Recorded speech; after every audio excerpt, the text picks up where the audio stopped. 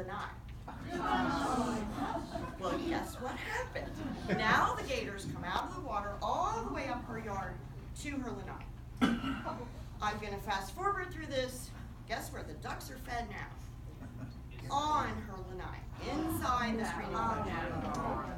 And sadly, in this woman's case, no matter how sweet she is, because she truly is, law enforcement had to be brought in on that. Because this woman doing this and having had the opportunity far too many times for us to educate her, she was posing a very serious danger to all the residents around her, all the residents in that community for that fact. So law enforcement had to be brought in. Surprisingly, we haven't had very many calls from her lately. Imagine.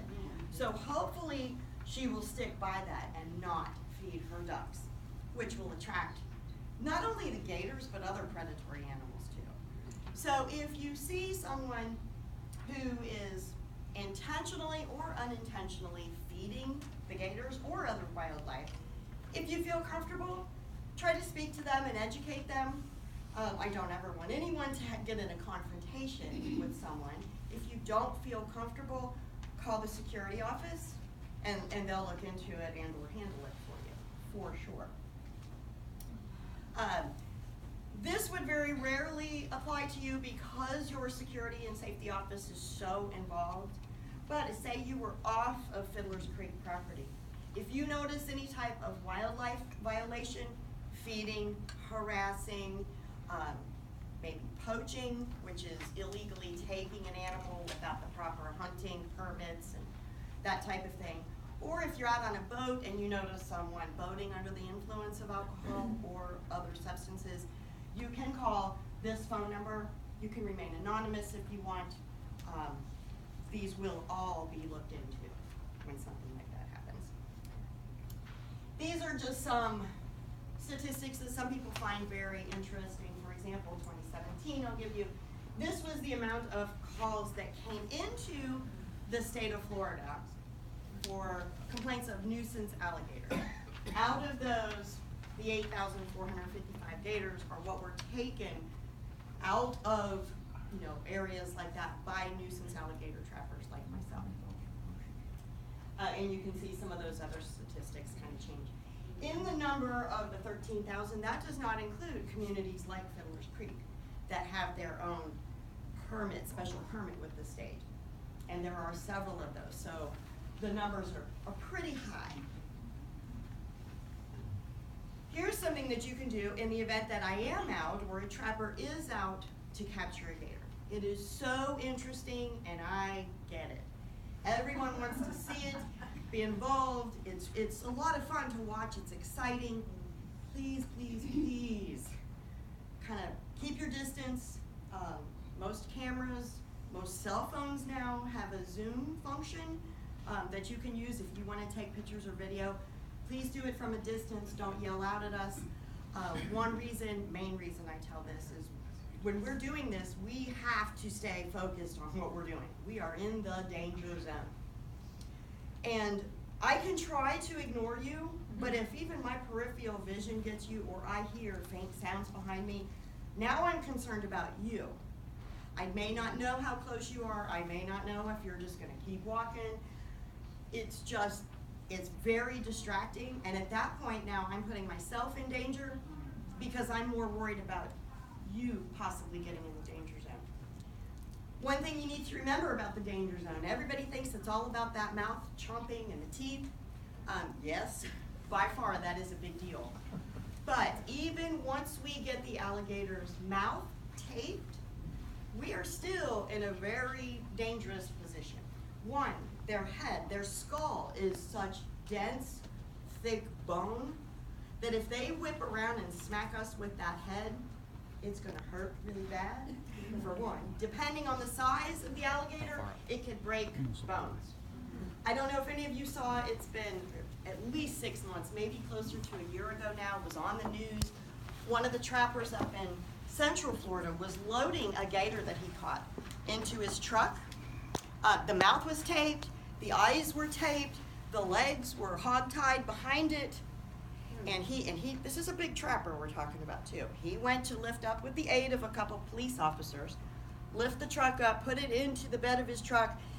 That gator spun around so fast, lightning quick, and cold cocked him. Hit him right in the head with his skull, knocked the guy out. Wow. I mean, put him to the ground and knocked him out. Still very dangerous. That tail on a gator, no teeth. So nobody really thinks about that part. It's all muscle. All of it is muscle. The bigger the gator, the more muscle. I have literally been knocked by a gator's tail out from behind my truck and out into the middle of a road by a gator's tail.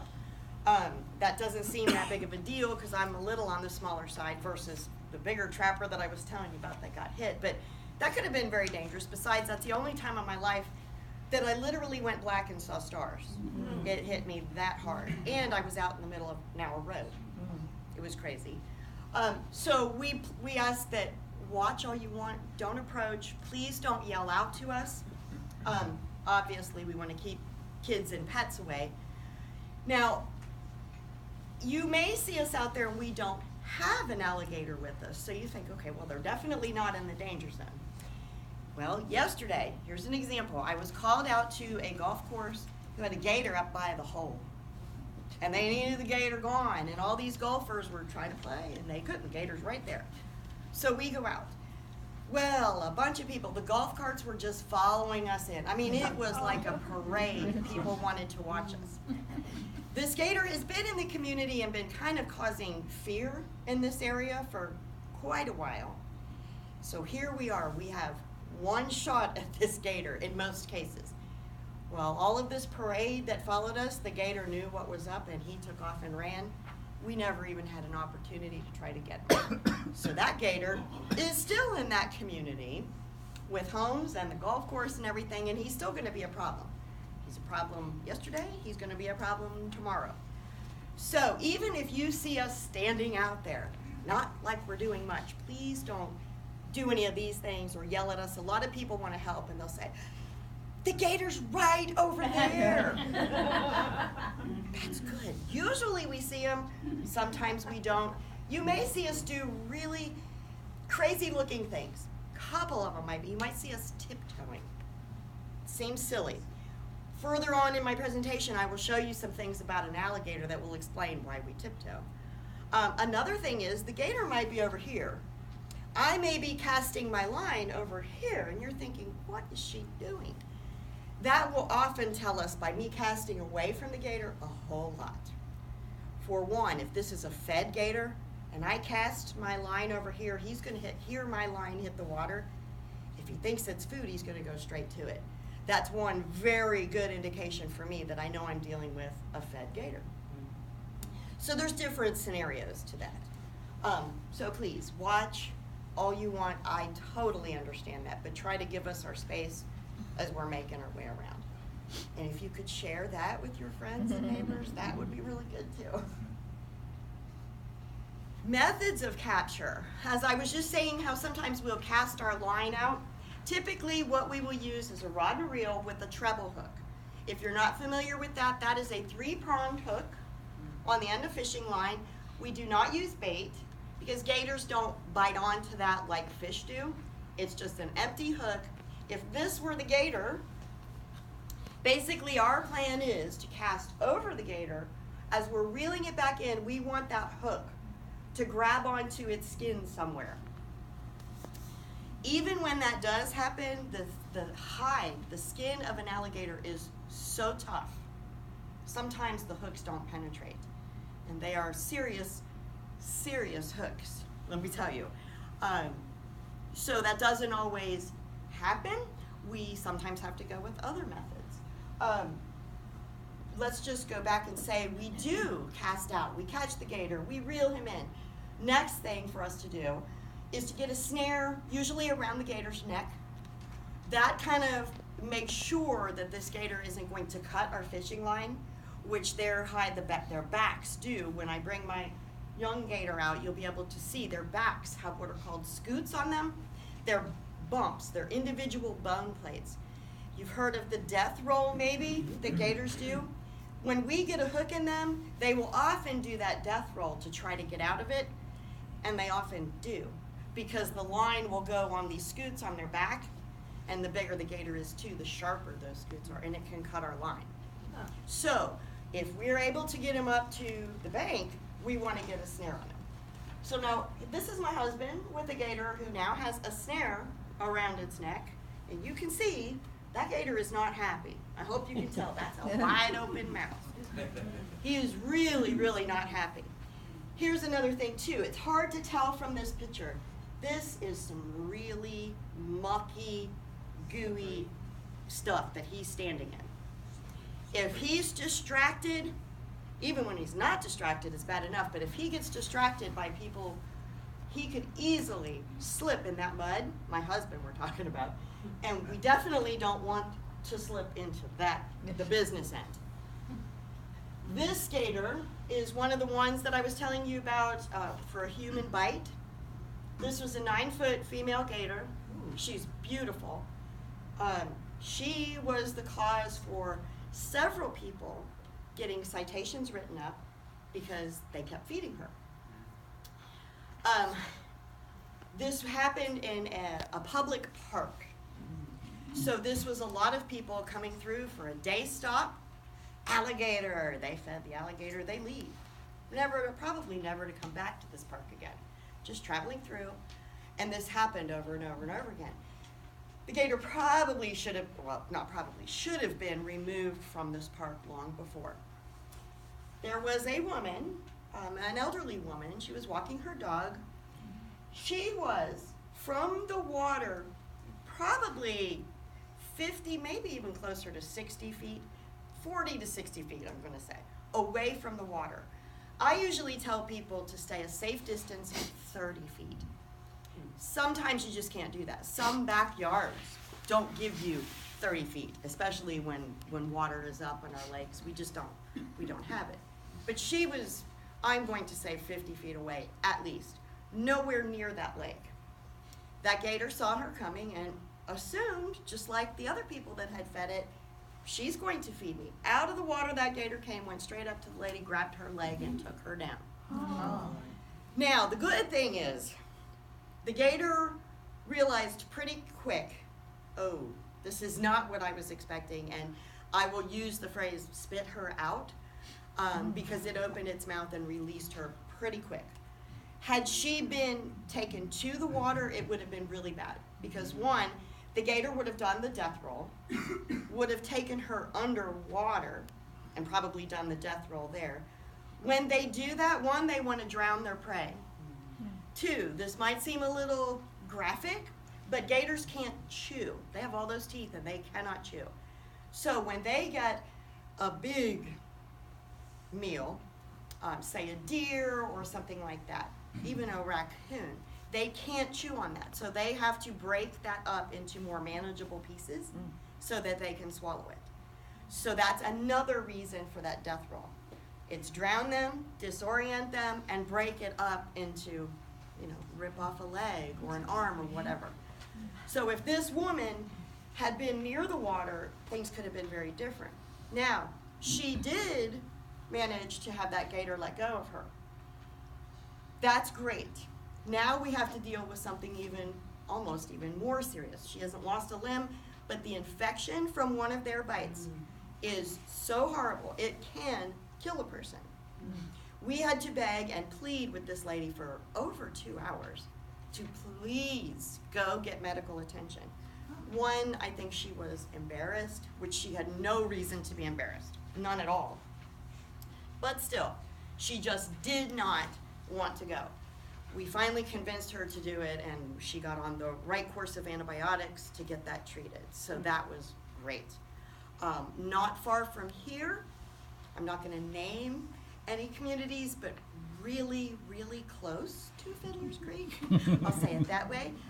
This has probably been, 5, 6, 7 years ago, I don't know. A man was out with his dog at night, letting his dog do his potty run, and a gator came up and got him. Almost did get his leg. 2 years after the incident, the man was still in physical therapy, and he was still having surgeries to graft part of his leg. That community, again, a result of feeding. You could go there on any given day, and you could find bagels, bread, waffles, all kinds of stuff laying out in the grass. These people were not ashamed at all to say that they were feeding those alligators. And we had to bring in, at that bite incident, we had to bring in extra law enforcement because the trappers were in danger from these people who did not want us to take that alligator out, even though it had bitten one of their neighbors. And we were in harm. So extra law enforcement had to come in, and it just was crazy. So even if you're not feeding, just remember, it can happen. Or someone else, keep bringing that up. There is another method that we might use in some tricky cases where, like with this gator, that it's hard to tell. This is me in the water. This is the gator. This is a downed tree. This gator had been abused by a human. And here we go into the harassment part. In his community, he was walking through a preserve area to get to his clubhouse. It was just far easier to go through the preserve, which he wasn't supposed to be in, but he did. This gator was a female who had a nest and her eggs. And just like with almost every mother, regardless of species, we are very protective of our children. And she was. There shouldn't have been any humans in the preserve anyway. Here he comes. She hissed at him, came at him a little bit. She was protecting her babies. He got upset, went and got a 2x4 and proceeded to beat the heck out of this gator. Well, he continued to go to the preserve. He didn't tell anybody about this incident at first. And he would bring that 2x4 with him every time, and he would just beat her silly. Well, he finally saw us there because the community had finally heard that she was a real problem gator. We were in there, and he said, "Oh, thank God you're here. I have been beating this gator for weeks and weeks, and she won't stop." So she was terrified, even more than normal, to the point where I'm going to get them before they can get me. But now we show up. We smell like gator. Our clothes smells like gator. Our gear smells like gator. She knew something was different. So every time I would show up, she would go just under here. There's a culvert that runs all the way through to another lake. She would go hang in that culvert. And they can stay underwater for a very long time. And if there happened to be an air pocket in that culvert, she could stay under there indefinitely. So what I did was set a snare at each end of the culvert. And I left and was waiting for her. She's going to come out eventually. When she does, she'll go through the snare and it will cinch down on her body somewhere. It did work, but in her attempt to get away from that, she got over on this dead tree, climbed over it and down. Came over this side, went up back over it. She was all tangled up in this. To the point that when I got there, she couldn't even keep her head above water. Her snout, the most important part. And to me, I do try to take every alligator alive, keep every alligator alive. That's just me. So the reason I'm in the water with this gator is to try to hold her head up just so her snout could be above water and she could get a breath. I had one of my teenage daughters with me at the time, young teenager. She got on the phone and called my husband and said, "Dad, I think Mom needs your help." Yeah, because I could not get her broken free from this tree. And I didn't want to just cut the line because if she got away from me then, now she has something cinched around her body that could kill her. So my husband came. He was concerned. He knew if my daughter was calling him saying I needed help, I needed help. So he gets there. This is how much he felt I needed help. This is a picture he took when he first got here. Hold on, I have to take a picture first before I can help you.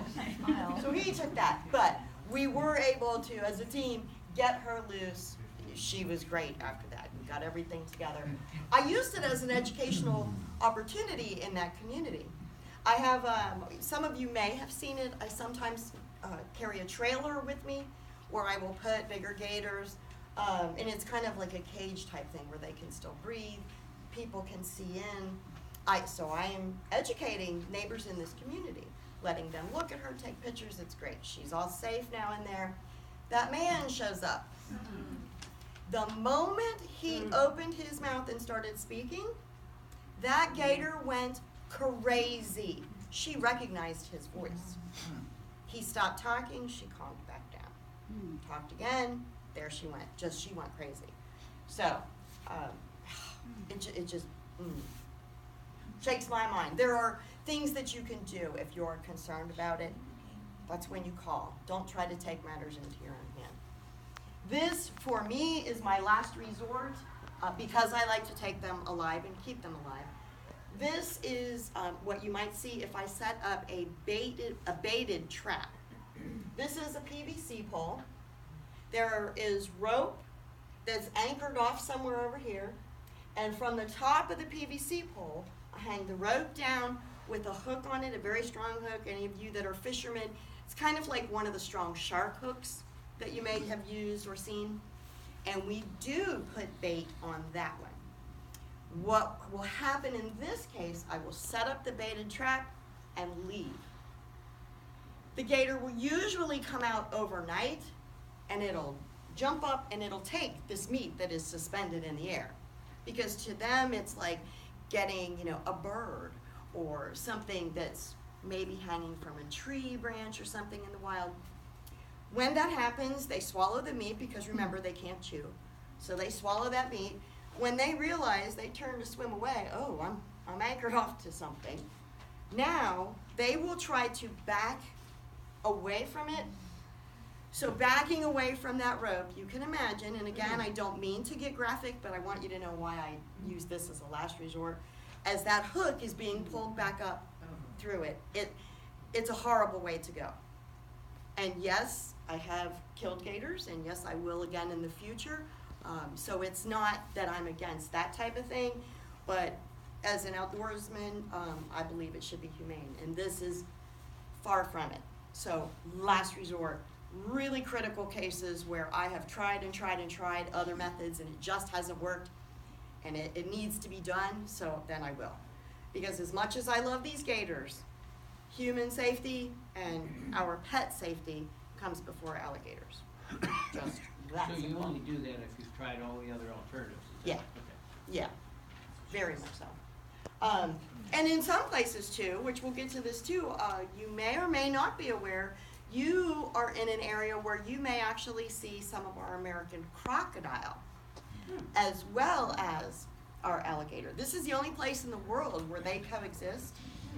Now, people hear the word crocodile and they tend to really get concerned about that. The American crocodile is actually much more timid than the alligator. They're very shy, try to remain very recluse. But you may see it here. I bring that up now because if I come out and somebody's just like, this gator has to go, I will never set up one of those baited traps until I actually lay my eyes on a gator and either have attempted it or at least have my eyes on it to know that it is in fact an alligator. Because if someone's seeing a crocodile and I put a baited trap out and get that, I'm in huge trouble. Huge. They are federally protected. Alligators are too, but our crocodiles were very near extinction, so we're bringing those numbers up, and they're a really big deal. They have to be handled in a totally different way. So this is actually the farm where I take my gators to release them. It's a licensed farm. You can kind of see back here the fence line. That's one of the requirements for being a licensed facility, because remember when I said when we release an alligator, it's going to try to get right back to the capture site? Even here, and this farm is amazing for alligators. It's wonderful. But they'll try to get out. You have to have some type of barrier. So this is a 12-foot gator that we got out of a community not too far from here. The main reason the community had this one taken out was simply because of its size. It was not technically being a nuisance, But people were very afraid with this size, you know, if kids or grandkids or a pet got out, or even a human got in the wrong situation, it could be bad. So prior to catching this gator, I had been there, never saw it. And they kept telling me, let me show you a picture. I've got pictures. Pictures are wonderful, I love them. But unless there's something else in that picture for me to kind of gauge size, like a bicycle or a car or the back of a house where I can kind of measure and stuff, you know, a 12-foot gator like this might only look like 8 feet in the picture, or vice versa. I even had one man come and tell me, wanted to show me his picture. Here's his picture. This is the 12-foot gator laying out here like this. Here's the man, maybe 10 feet away from him, maybe, with his phone. Like a teenager taking a selfie. I tried to explain to this man what most people don't know. Alligators can run, they can lunge, and they can jump. That gator could have at any time lunged forward and taken this man. And a 12-foot alligator would have done some serious damage. I just hate to even think what this animal would have done to him. He, even with all that I tried to tell him to educate him, he said do it again. It was one of the greatest pictures he'd ever taken. Because, I mean, it is really cool, but oh my gosh. So, this is actually now, that gator, like I said, just under 12 feet. And here we are releasing him. So the catching part is always fun, but now releasing can get kind of sketchy too every now and then. How much would he weigh? Oh my goodness, it took, I couldn't tell you, he was at least 800 pounds. Wow. And now it depends on how their diet has been too. You know, if they have a good diet, but we've also had 11, 12-foot gators that lucky to get them to 300 pounds. You know, it's crazy. So this is raining. We're out in the mud, and as you can see, I have the difficult job because I'm the one taking the video here. This is one of the farmers up there that's doing this. So we're trying, the gator doesn't know that we're trying to release it and let it go. So he's going to put up a fight. The tape, we've taken the tape off. Yeah. And you can see. It actually, I think I was saying when I was telling you the weight, it took myself and 4 men to get this gator loaded into a trailer. He was big and heavy, very healthy. And I play a little music when I watch this video to myself, one particular song. I won't do it in front of people because I tend to get overly excited and dance and sing with it.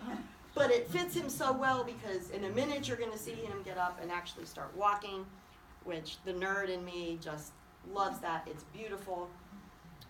And what I do want you to pay attention to, when this gator gets to the water, notice how much the water moves. And it will be happening very soon. And I think right now, I kind of wonder, is he thinking, wait a minute, none of my cousins or anything told me that humans would like let me go like this, so I don't know, but he's gonna, oh, here he goes. That is just goosebumps. I'm telling you, the nerd in me. It's just amazing.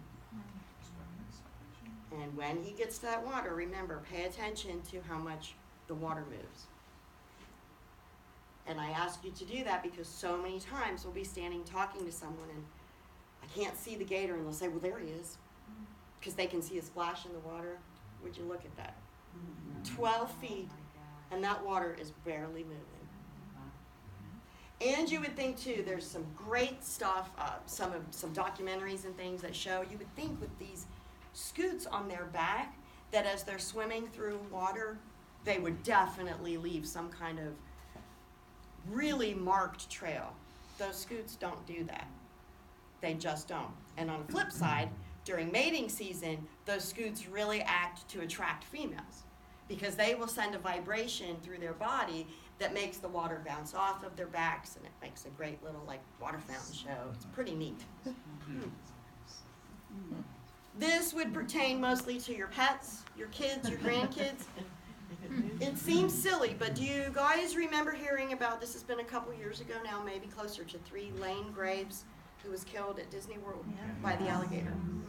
Horrible, horrible thing. There is evidence that the gators there, a lot of evidence actually, were being fed by guests of Disney World. What wasn't really publicized, there are trappers on call for Disney World that go there often to remove alligators because Disney wants to keep those guests safe. So, you know, there's that kind of backstory, which I probably shouldn't even be telling you that part either, but I think people need to know that. In this particular case, it just breaks my heart. Little Lane, 2 years old, he's low to the ground, as you can kind of see, they give a little comparison. He's low to the ground, which is more like what a gator's natural prey would be. You know, something small to the ground, raccoons, you know, any number of things, rabbits. It was at dusk. Alligators are most active from dusk to dawn. So now we have, well, 3 things really. The feeding, his size, it was dusk. He was just at the edge of the water with his little toes splashing. This is just what tears me up. When a gator hears splashing in the water, to that gator, that signals an animal in distress, which means what? Free meal. So, I try so hard in communities especially that have a lot of children, but even if you don't, we always teach them, if you're playing ball and it runs out in the road, the ball rolls out, do not chase that ball. We usually teach them water safety too, but here in Florida, we have to go the extra mile, especially if we're having kids visit us from locations that don't have alligators. They need to stay away from the water, and I could go on for hours telling you scenarios about kids in really awful situations. These are just some safety tips which you will find on the little handout that I gave you, kind of in this section. These are up to October when we get new statistics, I'll add it, but these are instances of bites and even fatalities. So you can see back to 2008, we've had 2 fatalities. One of those is Lane, sadly died. We will actually be adding a couple more to this because we had like the woman over in Davie that was with her dogs and the gator got her. And there was one other one too. But the sad thing is it's really very, very rare to even have a bite incident. Most of them are what we call provoked. To have an unprovoked bite where an alligator just comes up and bites someone, it's very, very rare. I mean, very, very rare. As far as our gators go, just interesting thing about them, they have up to 80 teeth in their mouth at any one time, and they will go through thousands in their lifetime. Those teeth will fall out, new ones come in, and it just continues over and over. Their eyes, I just love this part. This is really neat. Their eyes have 2 sets of eyelids. So like us, an upper and a lower that closes up and down just like us. They also have one on the inside that moves from back to front. And that is kind of like goggles would be to us. It's a clear lid that kind of closes over. So if they're underwater, they can close that inner lid and they can still see perfectly. And I try to tell people too, I use an example of the fact that I do this for a living. So I'm specifically at the water looking for alligators. Was in a community once and the gator, I tried to get it, he got away from me and dove underwater. Well, now there's a big part of my job was just patience. You sit and you wait. So I'm waiting for this gator to come up and take a breath. It could be very, very long time. So I sit my little fanny down on the bank and I'm watching and waiting and looking all around, waiting, where's he gonna pop up at? I don't know what happened, but I finally looked right in front of me. 10 feet tops. I was probably only about 5 feet. The gator was completely underwater, facing me with that eyelid closed, so it was, acting as a goggle, watching me, just watching. If he really wanted to get me at any moment, he could have had me. One little lunge, and that would have been it.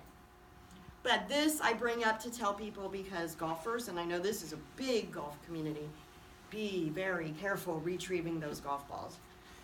It's really great to see so many golfers now use the little sticks that you just kind of squeeze and it picks it up for you. That's great. But as you can see too, by my shirt, I'm pretty much identified whenever I'm out.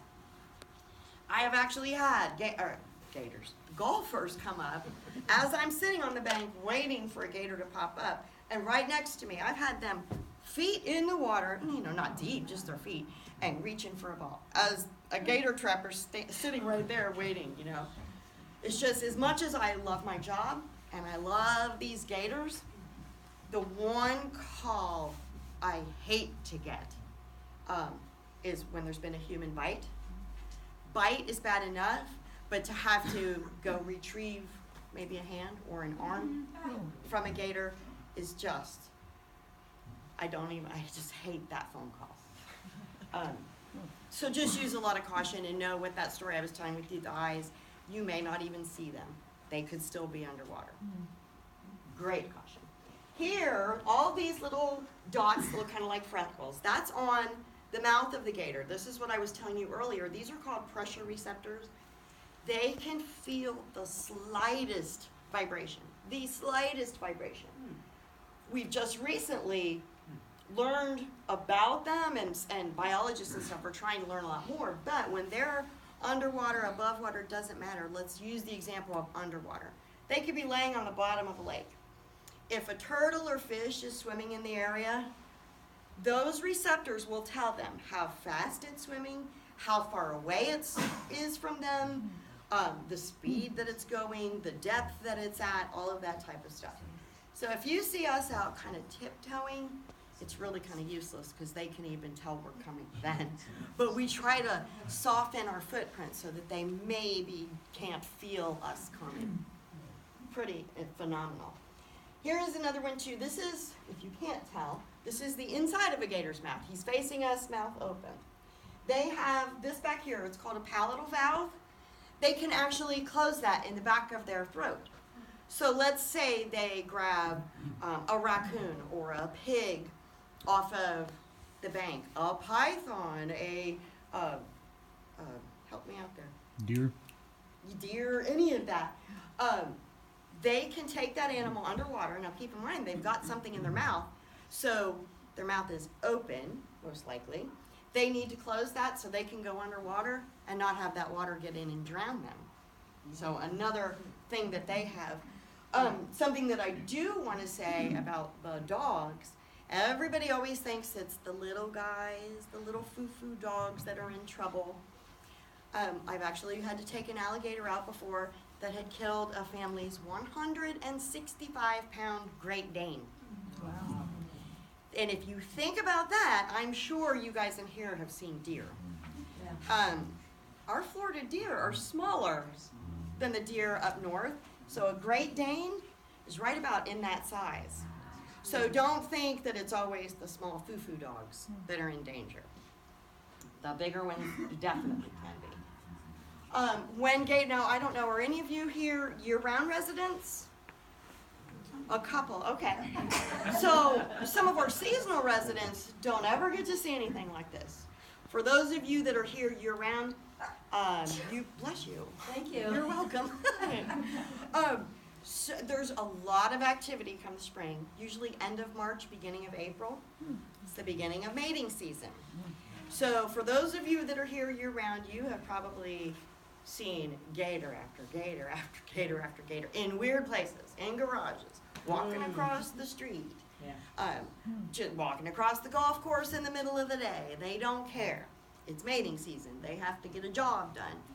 Now this time of year, we have some seasonal residents that have been in town that never get to see an alligator. Hard to imagine. But this time of year, they're not even eating. They stop eating once the temperature gets at a certain level. My own personal gators, which I have several, they're not eating right now. I just tried to feed them again, and I went out there last night, and the food is just there. They're just not eating. Their body does that to try to change and accommodate for the temperature. Now, come spring, of course, then they are just amped up with the warmer weather and with the mating season. So, year-round people, you're probably going to have the security office number on speed dial. Very good likelihood for that. And just keep in mind too that everything that I'm telling you today, none of it is to scare you. It's only to educate you. Because communities have to keep a fine balance with keeping everyone happy. Some people hate the wildlife, whether it's gators or otherwise. Others love it, and that's one of the reasons they're here. They really want to enjoy the wildlife. In the spring, we have about a month and a half of courtship, where the males will sing out to the ladies. I am going to play that sound for you too, because I have a lot of people that will say, oh, there's an alligator making a bunch of noise out behind my place. It's usually frogs that they're hearing. So I want to play what you may actually hear come this spring when alligators are getting ready to mate. If I can get in there, here we go. Okay, so here we are.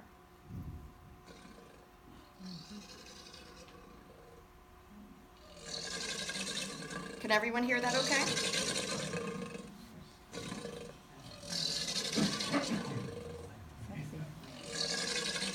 So the way I kind of describe that is kind of a deep guttural, a lot of vibrato in there.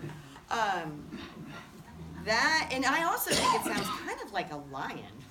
I mean, that sounds weird, but that's what I think like. And their bellow like that tends to get a little more drawn out than, say, a frog would do. But that is something you'll begin to see in the spring. So now the first month and a half, there's a lot of that going on. The next month to month and a half is the actual mating process. If you're ever lucky enough to witness that, it's pretty incredible. But they usually are pretty discreet, can we say. We will oftentimes, during these first 2 to 3 months of the mating season, we will see a lot of male gators that are out wandering roads and going through, homes, whatever, parking lots, because a bigger or a more dominant gator will tell them, get out. All the ladies around are mine, you need to go. And they will, because if they don't, the bigger or more dominant gator will fight them and likely kill them. So that we see a lot of. Now, once we get past that 2 to 3 months of now we're into mating, now we start to see a lot of females. A lot of them are injured. Sometimes that mating can be a little aggressive. We've had females missing an arm, missing a foot or two of her tail. They do great with it. They're fine. They do not regrow any limbs or their tail, but it will heal over, and they're great. We've had actually females, I've had a couple of them, believe it or not, no front legs at all. Missing both front legs all the way to the shoulders, and she does fine. She does fine. It's amazing. Then after that, now we have about 45 days where a mother has built a nest, which they very often look like this, but you may not even be able to tell. Just looks kind of like a mound of compost, if anyone's familiar with that, or if you've done any gardening. Often it'll be palm fronds, sticks, pine straw, that different type of thing. What she will do, she'll build a part of a nest. This is all above ground. Build a little part of a nest, lay some eggs. Build a little more of the nest, lay some eggs. Yep, she's crazy, crazy, crazy protective of this. Very much so. This is a female laying on her nest. They do not have to do that. The only reason she's doing it, this is at the farm where I take my gators to release them. And we were walking through the facility during nesting, which was crazy. Not the smartest thing we've done. She swam from very far away, came over, and got up on her nest and was hissing at us to tell us, you guys are really messing up here and you're getting a little too close, so back off, which we did. But if you see a mound like this, you may not see mom right there, but trust me, don't go near it when it's against the law, but common sense, she will come to protect that nest. Raccoons will often destroy a nest before the babies ever get to hatch. They love alligator eggs. Once they do hatch, now these babies are in real danger, primarily from birds, fish, even frogs. some frogs will eat these babies. How So- big are they when they're first born? Pardon me? How big are they? They're about 8 inches. Yeah, we've seen some bass take them. I mean, it's just crazy. Now, this particular thing, when we have a nest like this, we usually leave it alone, or it's at the discretion of the community. This nest was in a golf community. She'd made her nest right by a tee. And of course, every time a golfer would come up, she'd come charging them. And that's one of the times, actually the only time I've ever been chased by a gator is when it's been a mama protecting her nest. And I've been around a whole lot of gators. Well, she was doing the same thing to every golfer that came up. So the community just said, you know, everybody here loves their gators, but this is an accident waiting to happen. We need to remove mom. So we came in, we removed mother, and now her nest is there. Now at that point, it's up to the community what they want to do. I can't just go in there and take eggs out. The community has to decide. Sometimes they'll say, you know what, just let nature take its course. Other times they're like, these eggs have no chance without their mother. Please take them. So in this case, that's what they wanted to do. This is me removing some eggs from the nest. They have to be kept, they cannot be moved. They have to be kept exactly the way they were laid. Otherwise, the embryo can break loose. So it's really a fragile process with that. If you do see one of those, like I said, with mama in the mound, or if you suspect one and you're concerned about it, especially if it's in maybe a high traffic area, like on the golf course, call the security office, let them know. They can send someone out to verify it, and even if they're not sure, they'll call me and have me come in just to verify it and see if that's a situation where we need to take care of things. When you relocate like that, of the gator, can the eggs be moved to where the gator is? Yes. They can. They are usually not kept together though. The eggs are handled very differently. A certain percentage of those eggs have to actually go back out to the wild. Yeah, and in the alligator market, it is just like when you go to a restaurant and the seafood is, you know, market price, kind of the same way with alligators. So for the farmers, those eggs can actually be their main source of income. So yeah, once we take the eggs, in my case, they do go to the same place, but the likelihood of mother and eggs being back together is slim tonight. Yeah. Now, alligator holes. Here's one of those things where I really want you to be able to enjoy some of the things about alligators too. An alligator hole is just like what it sounds like. It's something that they build. They will shake their rear end and their tail around, and they will dig a hole in the ground, use their feet to do the same. When we are in very serious drought conditions, like we're pretty much getting ready to go into that wonderful season, these alligator holes are often and usually the last place to dry up. So you can imagine, as the picture shows, there's turtles, there's fish that need the water to live in. And then there's other animals, of course there's many others that aren't even shown in here, that come to drink from that water when there's no other source. And they're still trying to figure out too, somehow a lot of these gator holes happen to end up dug right above a big solid piece of limestone, which of course is gonna let that water stay in there even longer before draining through. We don't know how or why that happens, but it's pretty interesting. Now, along the same thing of a gator hole, which this may or may not be a gator hole, probably not. This one is probably a lake or pond. But over here, this is what we call an alligator den or a burrow. It's like a little cave they dig in. This time of year especially, they will often go into these dens and burrows. Like you may tell security, and security may have me come out to see a gator that you have seen every single day for 3 weeks. And I get here and it's nowhere to be seen. Did it leave the area? Maybe. Is it in a den? Maybe. These have been shown to go so far underground, so far back in, 15, 25 feet, have branches that go off of them, little hallways. It's really amazing. Remember how I said with the culvert, one little pocket of air, that's all they need. And this time of year, they slow their metabolism down so much that they don't even have to take a breath very often. Now, so it's just fascinating how they are anyway, but it just kind of goes to show you too, with the ecosystem, how important it is. We have a lot of python problems, and these are one of our first defense. Some places have rats. The palm rats are notorious, and people just can't stand when they get into, like the tile roofs, the rats will get into. When they come down to the ground, boys, between snakes and alligators, our native snakes, they take care of those. We also have raccoons, which will often come and try to get into trash and other things too. Gators help manage them.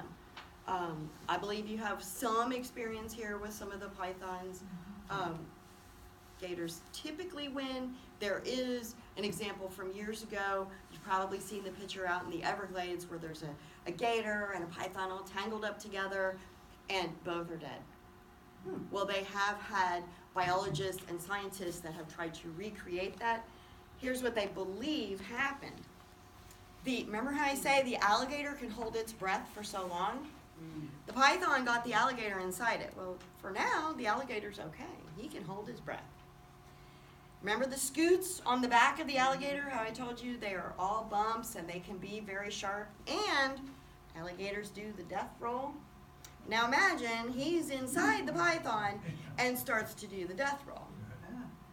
Well, now he's killed the python, but he can't get back out. So they believe that that's what happened. They basically killed each other in that scenario. So How cold is it when they stop feeding? So it's cold now. they will slow down around 70 degrees. Once we get to 50, you can forget it. They are done eating. Really? Yeah. For the most part, you have every now and then one that might go for it. But like even this time of year, the bait line that I was showing you that I will set out as a last resort, Right. this time of year I have no success with that. They won't even touch it. So they won't eat for a month? Oh yeah, they can go over a year without eating. Really? Yeah. And when I first started keeping my own gators, I used to get so upset because, oh my gosh, this time of year they wouldn't eat. And I guess the mother in me was, concerned. But they know. They shut that body down. Just like when you see them up on the bank or in a backyard or something, completely out of the water, people really tend to get scared. That is a gator that has to do that to regulate their body temperature. They absolutely have to. There's another thing too that scares a lot of people. Seeing them out sunning like that and the mouth wide open. Security might get the call, the state gets the call all the time. I do too. This gator is aggressive and it is about to get someone. It's not in that scenario. It's like a dog that has no sweat glands and can't sweat, so they pant. That's pretty much what the alligator's doing. He needs to be in that sunshine to regulate his body temperature, but he opens his mouth to make sure he doesn't overheat.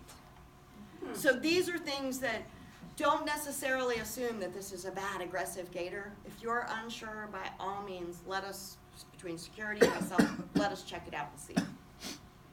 This is a mother. I don't know if you can really tell this. She's in a den, the very entrance. This is her eye.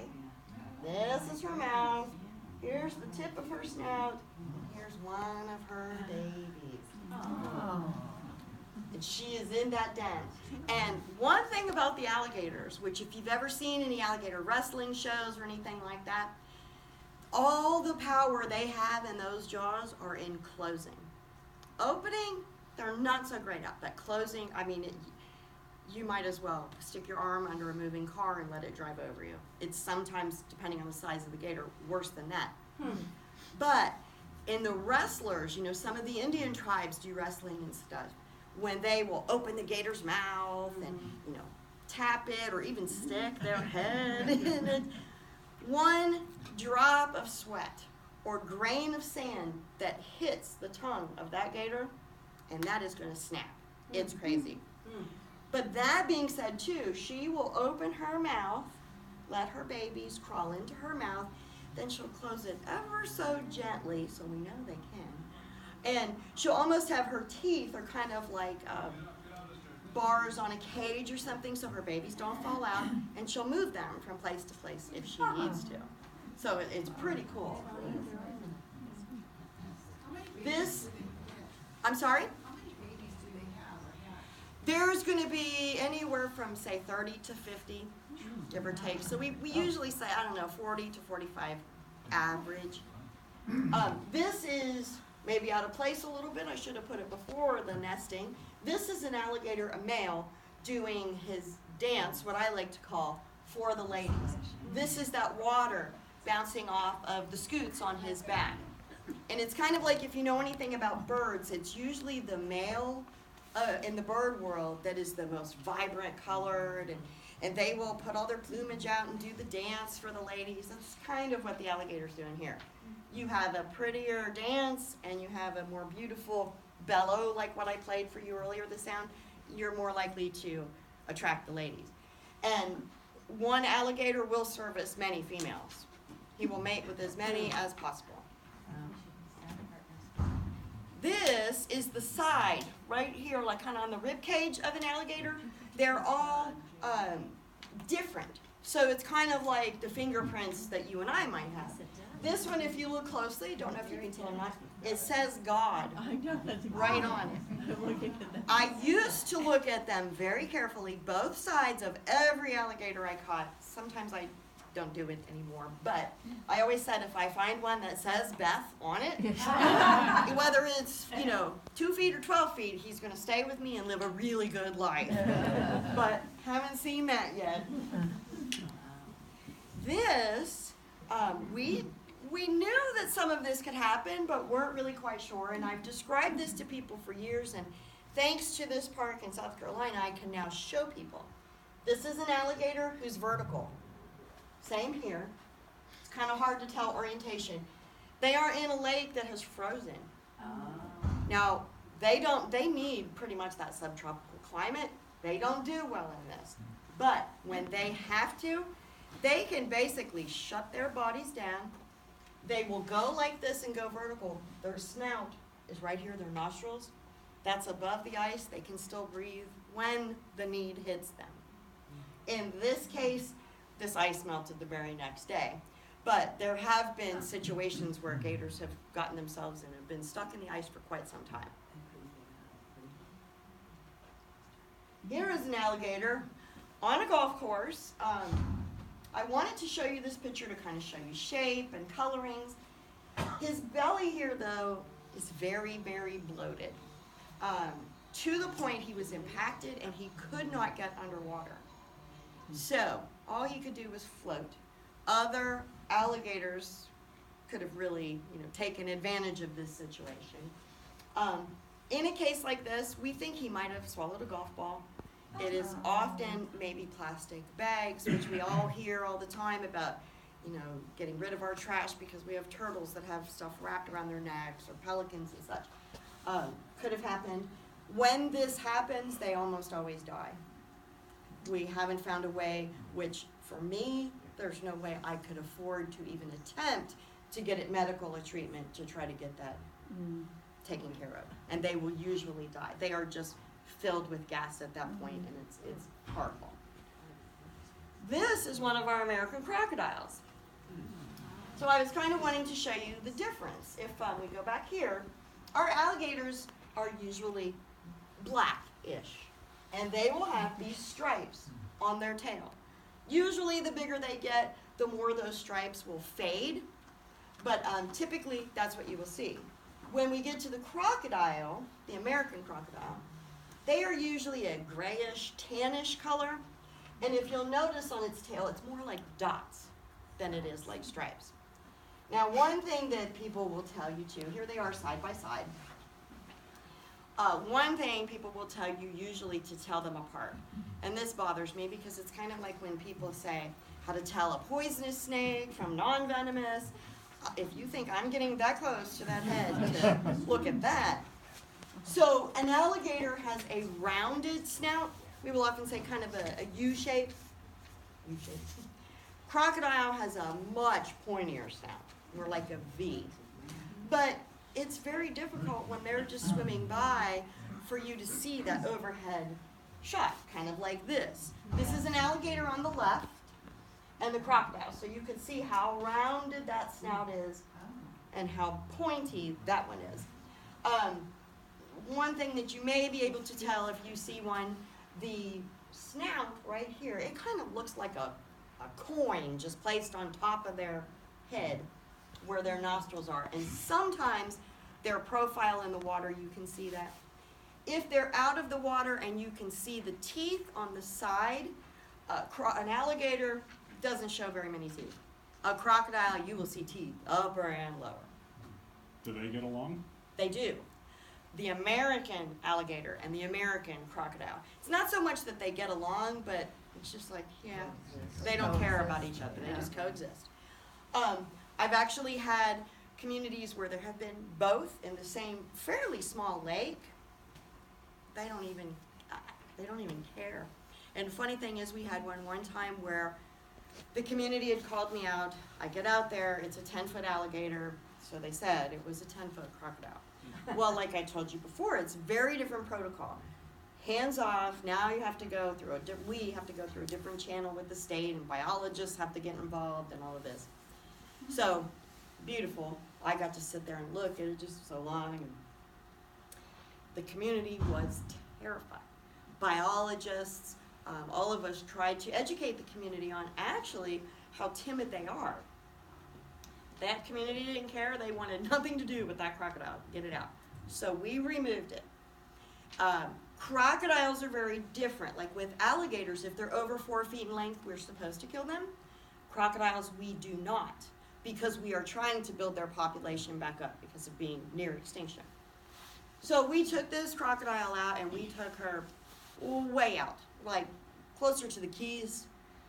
And it was not quite, but 2 days later, I got a call, same community, same link, 10-foot alligator. So now I'm thinking, okay, now this time I know it's a gator because we just took the crocodile. I got there, same backyard, and it was the crocodile. The same crocodile. I called the state through our protocol and even said to the biologist, she's back. Nope, it's not possible. I'm looking at her right now. She's back. It's not possible. When we capture them and relocate them like that, we tag them, we mark them, so we know who it is. I had already taken pictures, and I told him, check your email box because I've sent you pictures. His entire life has worked with crocodilians, and he's by far one of, in my opinion, best biologists when it comes to this. He had never seen it. Less than 48 hours, she made it back to the exact same yard that we took her out of. Wow. So how far was that? As the crow flies, it was about 60 miles. And we had said, oh man, if she would have been, tagged with some type of GPS device where we could have seen how she got back that fast. It was incredible. But the interesting thing about that was the residents started to go, wow, we understand what you're saying now about you take them and if you release them, they come back. We get it now. And that's pretty cool. So they decided, let's leave the crocodile here. Now they liked it because not many people can say, we've got a crocodile in our area. So they really liked that. But then another 2 days goes by. We did leave her. Another 2 days goes by and they call me out for an alligator. This time it's like 5 to 6 feet. Sure enough, we get out there, 5 to 6 foot gator. That gator had to go. Now they're okay with the crocodile, but the gator had to go. So, and she since has, she's moved all over the place. She's not in that same lake anymore, although now they kind of wish that she would come back. How far do they move? Like, what is their, It's crazy that we can't put a pinpoint on that, alligators or crocodiles, which they are trying to do. We don't know. It's not like they have a home range like some animals do. Right. There are some that find an area and they stick there. And like the gator I showed you that said God on the side, for me, that's how I can often know that's the same gator. Because some people tell me, oh, this gator's been here for years, and he's gotten so big in the past 2 years. Well, he really hasn't, because they grow very, very slow. But, but yeah, we don't know. And there's others that will go from here up to, say, St. Pete. And then they show up back here, and then they might end up, out at Port of the Islands or whatever. So we don't really know. We know that mating makes them move around a lot. Their two main things in life are to survive by eating and procreation. So we know those are their two primary things. I wish we did though, because that to me would be fascinating to know. So you don't put GPS trackers on any of them, or? There are some programs that they are doing now to try to do that, which I'm thrilled about, because like if any of you are familiar with what they do with the great white sharks, Sure. I think that's amazing to be able to see and try to pinpoint why they go there and when it is that they go there. So hopefully we'll eventually get some really great information. Another thing I wish they could pinpoint is the age, because we get asked a lot. Well, how old is that alligator? We have no concrete way at this point to know how old one of these alligators are, and I would hope that that would come in. Along some of the other studies that they're doing with them, they're doing a lot of blood work with these crocodilians. They have tried to infect them with just about every cancer, as well as HIV, and have not been able to infect any. It's mind-blowing to think that, wow, could an alligator or a crocodilian's blood end up being something that could help cure or help people as far as that goes. Amazing. Does the crocodile and alligator mate? They do not. Oh. They do not. So we have those differences kind of with the alligator or crocodile. So I stay on it a little longer with you guys because you are in an area where you may actually see crocodiles. So that's why I do that. But now this can kind of help put you to the test a little bit. Say this is the lake out behind your place, and you have this. Just take a moment, look. If you think that this is an alligator, go ahead and raise your hand for me. Okay, a few of you. If you think this is a crocodile, go ahead and raise your hand. Many more hands on that, which is usually what happens at these. Many more people detect that as a crocodile. And here's the part where some people will get mad at me. But it's neither. Actually, it's a tire retread. This is a tire that blew out on a semi. Now, the interesting thing about that is we get called out all the time for an alligator, and it ends up being a coconut floating in the water, palm fronds. Just the other day, I got called out, and the man kept telling me, how can you not see it? It's right there. And I said, you need to come point it out to me. He had been for hours. He kept his eye on this alligator till I could get there. It was one of those corrugated pipes for drainage off the yards out into the lake. For hours, he was watching that pipe because he knew that was an alligator. I-75, Alligator Alley in particular, bless their hearts, the state troopers are great now. They didn't used to do this, but now, before they call us to come get an alligator, they go verify that it really is an alligator because there's a ton of this on the alley. All these tires, and people see it, and it really does look like a crocodilian. Yeah, so that's pretty funny. And it doesn't seem like any of you are mad at me, so that's a good thing. So, we're going to get to some questions and answers. I'm also going to get our little guy out. One thing I am going to do before I do that. I have a question. Yes, sir. In terms of environment, alligators and American crocodiles, freshwater, brackish water, seawater, can you talk about that? Thank you, yes. He's asking about types of water that they prefer. Now with alligators, they prefer a fresh water, will go into brackish water, and even occasionally, usually not intentionally, they'll end up in salt water. We have many instances where we have to go get a gator out of the Gulf that's right at the beach.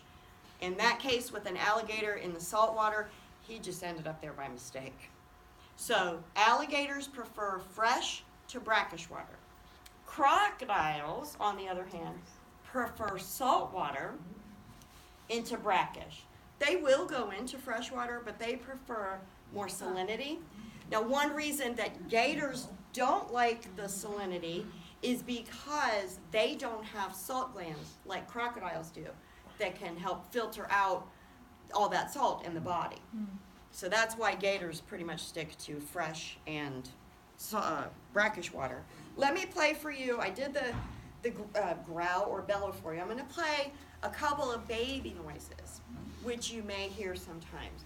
Usually it's those of you that are here year-round and are here probably in July, August. So here's our first baby.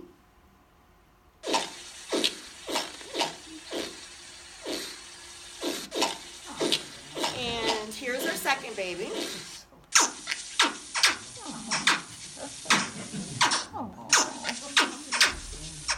So as you can see, and I can play those again if I didn't leave them long enough for you. The babies have very different sounds, and it's kind of like for us mothers in here, not to say that the fathers don't, but mothers are really keen to the sound of our children.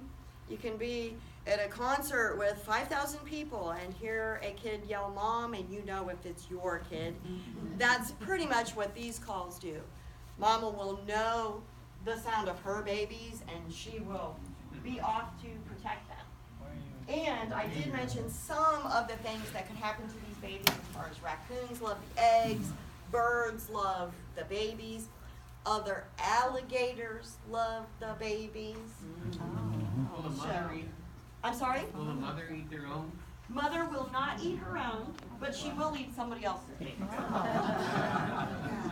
Yeah.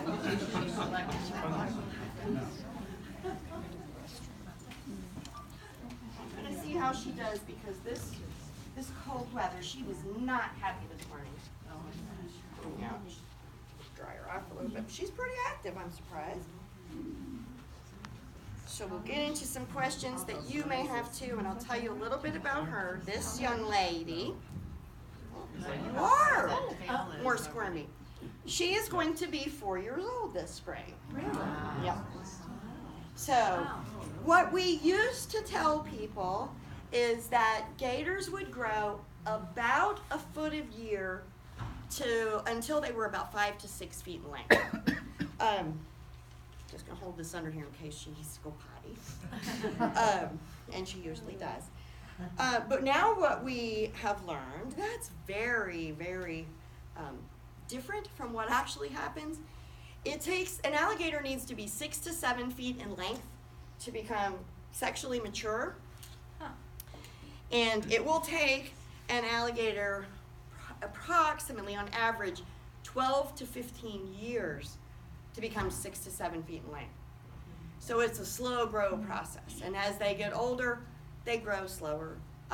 One thing, you can't really set down concrete to it because depending on the environment that the gator's in and what its diet consists of, it may, grow healthier than maybe another gator who's not in, she was just doing a cry.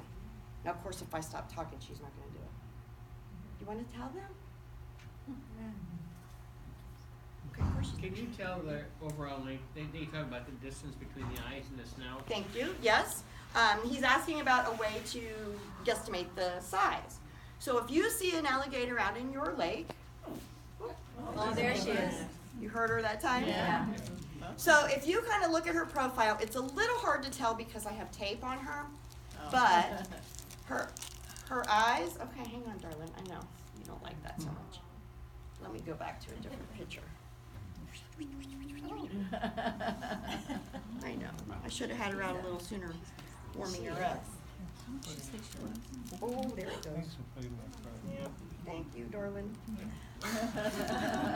Why you have the towel? So sorry, I didn't have the towel on you quite right either, so now I've got a wet arm. Okay. Here's a little bit of way to tell. If you look at the eyes, which here she's kind of, she was, they kind of stick up. So there's a bump here. There is also a bump out here by the nostrils that stick up on the end of the snout. if you kind of look at that and you gauge that, you know, that might be 6 inches from the eyes to the snout, then chances are that gator is around 6 feet. If you see it and you think that that distance is more like 11 inches, then you're probably looking at something close to 11 feet in the gator. Another way to tell if you're looking at them head on, the further the distance between the eyes, the bigger the gator, which there isn't really any steadfast rule of thumb for that. But yeah, that is something too. Yes, ma'am. Yes, you were talking about with the babies and depending on the temperature, male and female. Yes. Do they have, because of the layering, do they have different sexes through it, or is it one sex per nest? Very good question. In the nest of these gators, like I was saying, the mother does not have to lay on the nest to incubate it. These nests are kind of like a compost pile where they decompose. The material in it decomposes. The heat from that is what incubates the nest. If we have very warm nests, it's above, oh boy, I don't want to give you numbers because I may be giving wrong. It's in the mid 80s, and I'm going to say the higher the temperature of the nest, we're going to produce more male gators. The lower the temperature in the nest, female gators. So now she's asking, which is the first time I've ever had that asked. Thank you, really great question.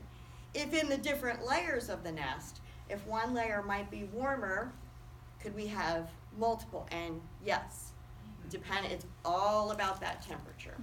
And some of the stats that we have to take for the state whenever we catch a nuisance gator are, besides the length, of course, we get measurements on their tail girth, which will tell us a lot about the health of the gator. Excuse me. And we have to tell the sex of the animal, which most people will ask this question. You cannot tell from looking. You have to check internally. So, yeah, that's how we do that. But we have noticed by having to do this, it appears that there are many, many more male gators than there are female. So when eggs are either brought to a farm or are intentionally grown at the farm and incubated by artificial means, they can manipulate that temperature to produce what sex is needed. So if we need more female alligators, they can lower that temperature in order to produce more. Did that answer your question? Yes, and what percentage of the eggs are usually, you know?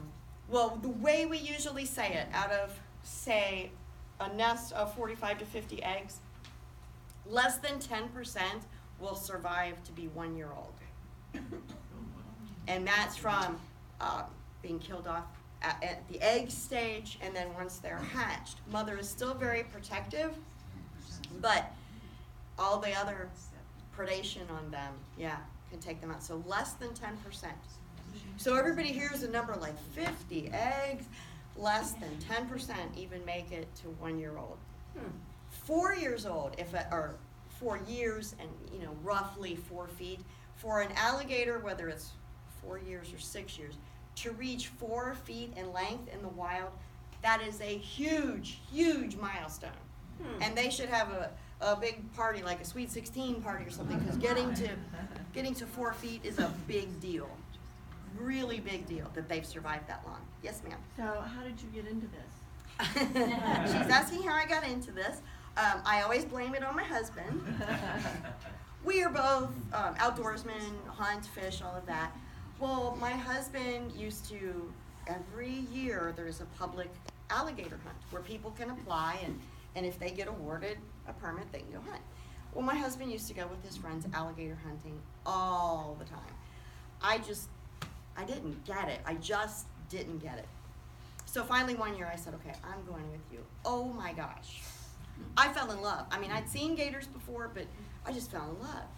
My husband was helping at the time a nuisance alligator trapper that covered Collier County.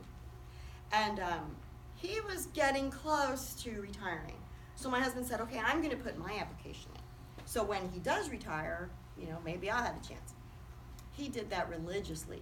every single year for years. Finally, I said, how about I put an application in too? We'll have 2 names in the hat. So I did that for 2 or 3 years, and we finally got an email saying, we want to interview you, we want to meet, blah, blah, blah, blah. I called my husband almost in tears. I'm like, it's finally happened. He was so excited. So I emailed them back and I said, oh, we are ready. You just name the place, name the time. My husband and I are going to be there. We are so excited.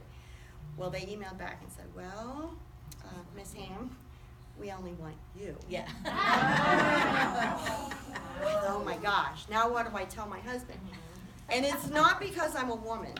My husband works for an employer 6 days a week, very long hours during those 6 days. A trapper doing this has to be available 24 hours a day. And if there were, for emergencies. So if there was an emergency call that came in, my husband's boss would not let him leave for that. Plus, and to this day, the state and I joke about this, they knew if they picked me, they were getting him too. Right. And only having to pay for one of us. Which, some people will ask this too, so I'll just bring it up. Maybe this is part of the reason for my love. I think to do this, you have to love this animal, because here's how we get paid. By the state of Florida, we get paid $30 for every alligator we catch. And we can't just go out and go, there's an alligator, I'm gonna get it, I wanna catch it. No. It's only alligators that we are permitted to go get, literally by permit, from the state of Florida. Or in a case like Fiddler's Creek that has this special permit, I can't just go wander around Fiddler's Creek and take gators out. The community has to say, Beth, we would like you to come take this gator. So, for any gator that I capture under those circumstances, I get $30, regardless of if it's this size or 12 feet, $30 until the budget runs out, which it runs out every year. So, there's a big part of the gators that we get, or not a big part, a small part of the gators that we catch that we do not get paid for every year. Now, that being said, once the alligator's in our possession, once I've caught the gator, like the one we just caught here recently, that is now my gator to do with as I please, within, legal boundaries. So, in my case, I try to take all of my gators to the farm that I showed you where the release happened. And at that point, the farmer will pay me. And also, like I said, the prices are up and down and up and down. Right now, they are ridiculously low. Ridiculously low. And many of the places that take live alligators are now paying more for live alligators, which is great, I think, and less for alligators that they kill to process for the meat and hide, which, by the way, the farmer that I use does do that as well. He's licensed for that as well, which there are times when it's more humane. Now, like this gator that I told you was bloated and would likely die, that gator is a total wash, because we can't even trust to process for the meat there and put it out for human consumption. So we don't even take that chance. So that animal, sadly, was kind of a waste, if you will. Right now, the going rate is anywhere from $6 to $8 a foot for an alligator. So a 10-foot alligator, which you know how fun that is. A 10-foot alligator, it's a lot of work, but that's going to go for $60 to $80. That's what we're going to get. So my point in telling people that, my opinion, you have to love this job. And when I told you that I have a license to keep them alive, that costs an additional amount every year. That's additional paperwork. I have to have my facility inspected every year. So that's additional. And so there are trappers that don't carry this license because, one, they don't want to pay that extra fee. They don't have, a facility or the means to have a facility to keep any alligators in. And so if you end up seeing a trapper that says, no, the animal's killed, and they just leave it at that, it's probably the truth. But that's why I like to tell people each way what the law is, and then also the fact of what I try to do. Because I don't want to just say to you, oh no, I relocate them all. And then you go talk to somebody else and they're like, well, our trapper had to kill them. You know, so if that makes any sense. I saw a hand, yes ma'am. How many alligators do you have and how long can you keep them? I can keep them indefinitely, well, at least a year, until my next inspection comes, as long as I meet the criteria for caging requirements and stuff, I can keep them indefinitely. I have, in this size, I have 5, which this time of year, I do a lot of these presentations. So I try not to use the same alligator over and over, because it's very stressful to them. Yeah. And over time, the lactic acid can build up. I don't want anybody getting, sick for something like that, so I try to rotate them. And then I have 4 gators that are in the 4 to 4.5 foot range that I use. Those, for me, are getting a little too big to do for something like this. One, they can tend to be a little intimidating for people to get close to, and I want you all to be able to come up and touch, hold if she's behaving, that type of thing. Those 4-foot gators, if their tail whacks you, it's gonna feel like a leather strip or a switch going across your back, your arm, your face, whatever hits. So they don't get used as often as these smaller guys do. I do have one that she's gonna make an appearance soon at one of these.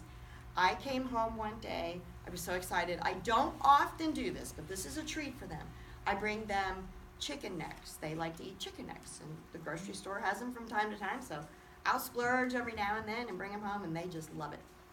So I got them some chicken nuggets or chicken necks, brought them home. I went out to the pen and to the pool, and I was like, oh my goodness, what has happened? There's an 8 inches of tail just laying on the bottom of the pond. I said, now I need to find who that came off of. Now these gators, this size, are in a totally different pond from the 4-foot gators, who are in a totally different pond from the larger gators, because they will eat each other. Well, the 8-foot piece of tail was evidence. One of the 4-foot gators got a hold of one of the other 4-foot gators, bit its tail, did the death roll, and literally just snapped that tail right off. Snapped it right off of there. That happened beginning to middle of August, and that gator, I'm so happy about her. I feel bad that it happened, but her tail is completely healed over, healed up, and she swims around that pond like it's nobody's business. So that was great. I was so mad too. If I would, it was like a mom being mad at the kids. If I could have figured out which one of them did that to their sister, but yeah. And even that day when I found it, and I ended up giving them the chicken necks. That didn't even faze her. She came right up and got her share of chicken necks, and like, wow. I mean, it's amazing to me because we certainly wouldn't do that. So why do they eat each other? Is it a territorial issue or? Sometimes it is. Sometimes if we had one of the gators, this could have been the scenario with mine, sunning, mouth open, if that gator went by and that tail just happened to flick and cruise through the mouth and chomp, I mean, it's instinctual. Could have been that. I know they weren't fighting over food at the time because I had not fed them yet that day. So I know it wasn't over food. If it was just, like a couple of kids getting in a gripe session, I just don't know. I wish I did. But in the wild, it typically is over territory or food. A lot of times, like the dens that I was showing you, when they capture something, they'll go hide it in the den and then go take bites as they need. Well, another gator, lazy as they are, may come up and try to steal it. That will cause a fight. But the biggest fighting happens around mating season. Most injuries. Is one sex more aggressive than the other? Depends on the time. When it's the beginning, during the courtship and the actual mating, the males are horrible. Once we get to the nesting and the actual hatching, there is nothing, in my mind, absolutely nothing worse than a 7-foot female gator trying to protect her nest or her babies. I would take a 13, 14-foot gator every day over a 7-foot female protecting, because they get very. Other than that, there's really no difference. Are males larger? Usually, yes. Yes. They live the same lifespan? We think. Yes, and we say about, some people are saying now about 50 years in captivity, but we have many that are known to be far greater than 50 in captivity. We also have a place in, my goodness, I want to say North Carolina, South Carolina, somewhere in there that has done this study. I was so excited reading part of this. They have gators that 75 or 80 years ago, they pulled these gators from this swamp. They tagged them all. They took all the vitals, you know, the blood work, the measurements, all that type of thing, put them all back. Totally wild setting. This kind of goes into, somebody over here had asked me earlier about like territory. This isn't on a farm. This is a completely open area. They had gone back in. They wanted to continue with the study, catch new gators, get new information. They caught some of these gators and realized, oh my gosh, these are ones that were tagged 70 years ago. We never thought, and this is more in a northern climate too, which we don't suspect them to do as well as in a subtropical climate. So they looked at that and they were like, this is crazy. We now know that gators completely in the wild can survive up to 70 years. I mean, it is proven by science at this point. So that's pretty amazing. Now, and if you talk to a biologist versus talking to maybe an old timer that's been around, or true gladesman, they're going to tell you very different things, and I hate to be disrespectful to our educated biologists, but sometimes I believe what these gladesmen are telling me, it makes more sense. They've been the ones in the field seeing it. For example, I had, you remember the gator I told you about that had taken the Great Dane? When I got that gator, it had markings on it that I had seen before, but not quite this way. Like it was missing some melatonin maybe in some spots. And I thought, well, because we do have different alligators that have different amounts.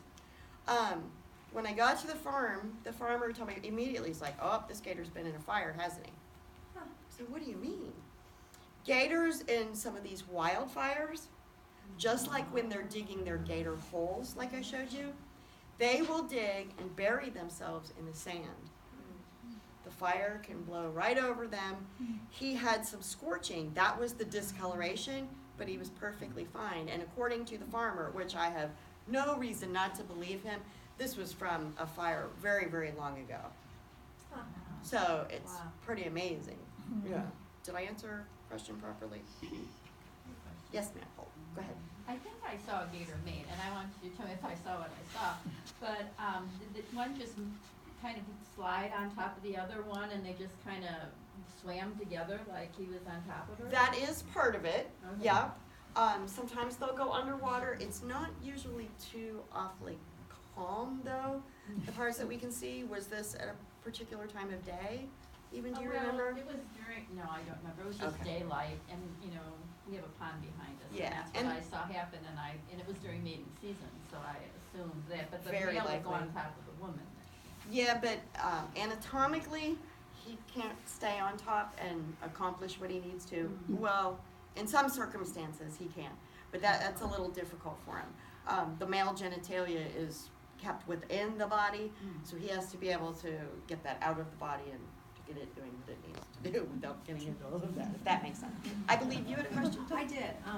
I saw the question up there, the zigzag, you know, should you run a zigzag? I guess I'm already planning for April as they cross, ponds and I'm with my two dogs. I mean, Right. what, do you stop and just let them go? Or do you walk away? Or do you know?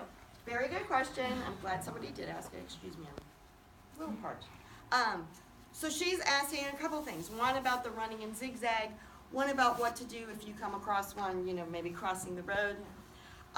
For starters, as far as running, chances of you being chased by a gator are very slim, except like you're saying in the springtime, if you come across a mom on her nest or baby, she may chase you if you get that close. The zigzag, you've probably all heard, run in a zigzag. Don't run in a zigzag. For many reasons. One, it was believed at one point the gators couldn't zigzag. They can. They really can. Gatorade, that's good. Yeah. Of course. So let me take just a quick drink here. So sorry. Okay. Hopefully that'll do a little. What I tell people, main thing, run straight, just run.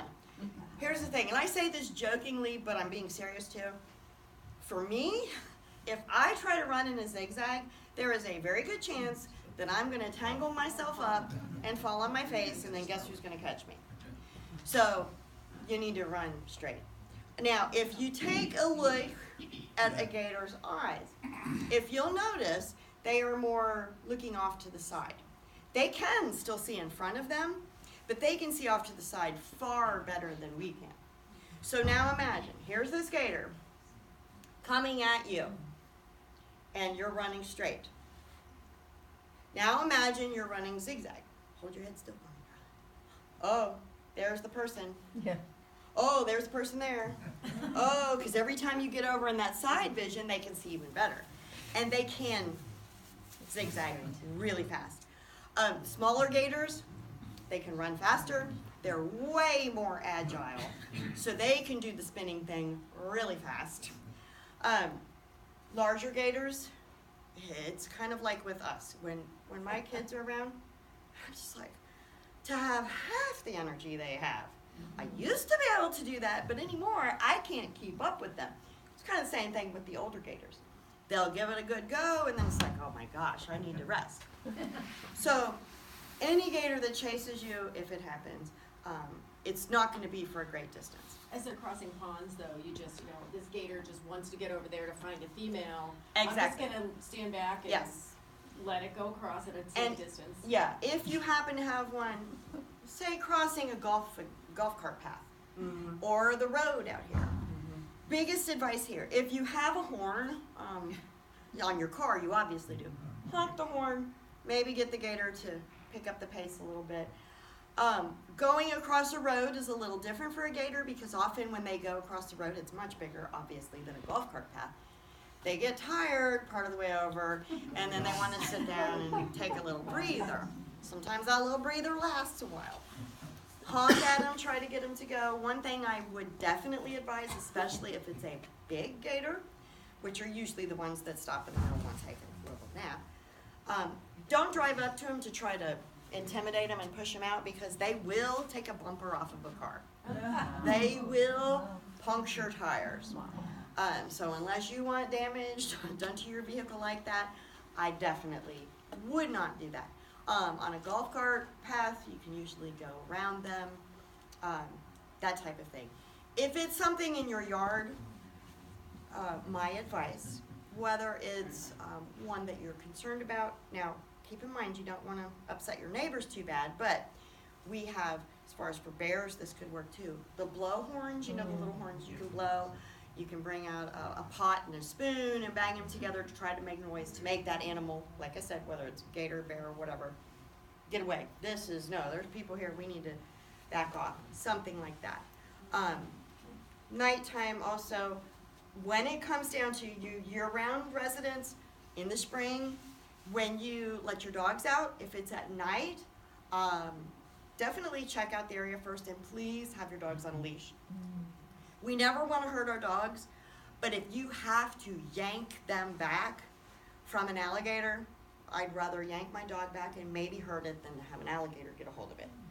And since the spring is so active, and they're more active from dusk to dawn, especially that last night, go out and go potty, or the early morning if you happen to go out before daylight, check on that.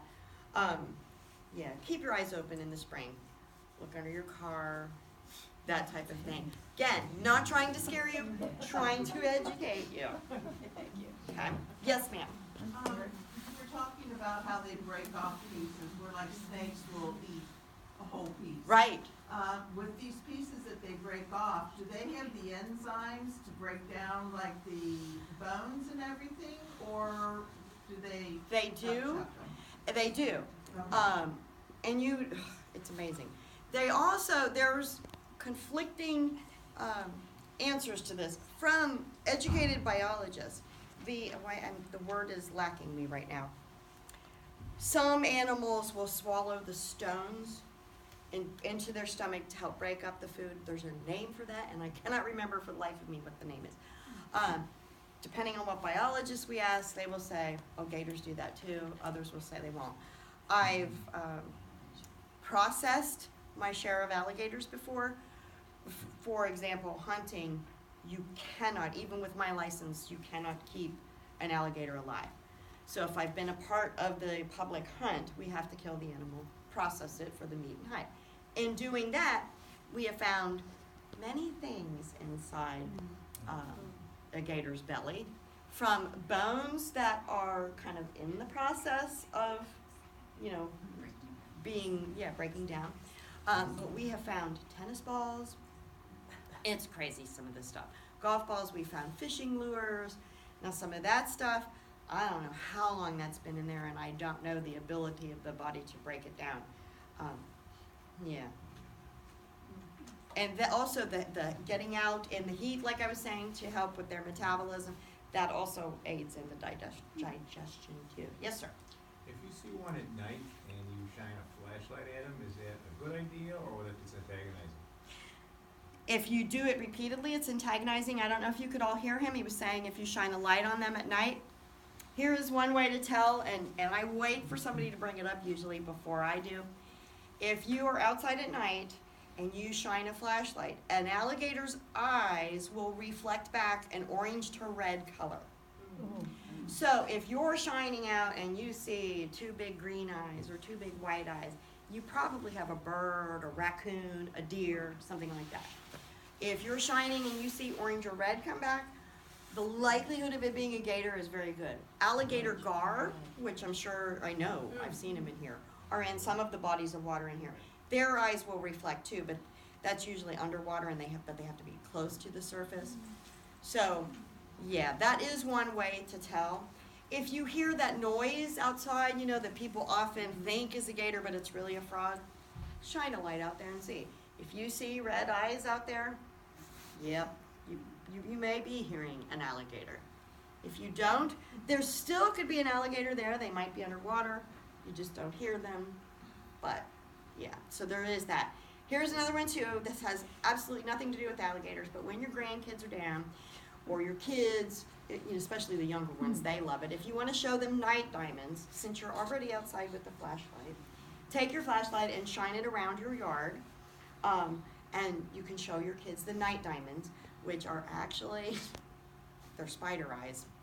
If you don't like spiders, which I can't stand spiders, do not do this, because you will really be surprised at how many night diamonds are in your yard. So, but if you can handle spiders, and if you just want to show a really cool trick to your kids, you can show them night diamonds. You've been warned. Yes, ma'am. Since this was not your original career path, I'm wondering, when you decided to do this, did you go back to school to become this knowledgeable, or how did? I wish I would have. She's asking if I went back to school to do this. I totally go nerd when it comes to gators. And I will read everything I can, watch everything I can, study, ask questions. Some of the biologists are like, Beth, please. Because I want to know. I wish I had found this love when I was much younger, because my educational path would have gone a whole different direction. Yeah. Yes, sir. Do they keep to a routine? Last spring in the pond behind me, you could set your watch by this alligator that would come up the pond at 8:15 every morning. And that went on for the better part of a month. I do believe that. There is a lot of that. Like I was saying, I think earlier too, we'll have people that will say that every day for a month and a half, this gator is here every day at 2 o'clock from 2 to 2:30, every single day. And then you show up and he's not here. They do grow into routines like that. If we have, now that'll even happen just naturally, but if we have a situation where the animal's being fed, you're really gonna see it. Because they know when those people are coming out. Just like some of the airboat tour guides out there. It is so against the law, but a lot of those airboat captains live off of their tips. So what's the best way to get a tip? show everybody the wildlife, so they will feed them. Those alligators are to the point where they know, they hear the sound of an airboat, they know where to go. So they will do that by nature and by other habit-inducing things, yes. Yes, sir? How much time would they normally spend actually out of the water, out of the pond, on the grass? Is there any, like, would it be like 2 hours a day, 10 hours a day? It depends really on the time of year, so depending on the temperature. Like today, we may not see them out at all. But if it gets to that prime temperature, like this afternoon, say for example, they might come out, and if it stays in that window of temperature, they may stay there the whole time. What's the window of temperature they like to be out? Well, it depends, that's what I mean. If, you know, say it gets up to 72 today or something.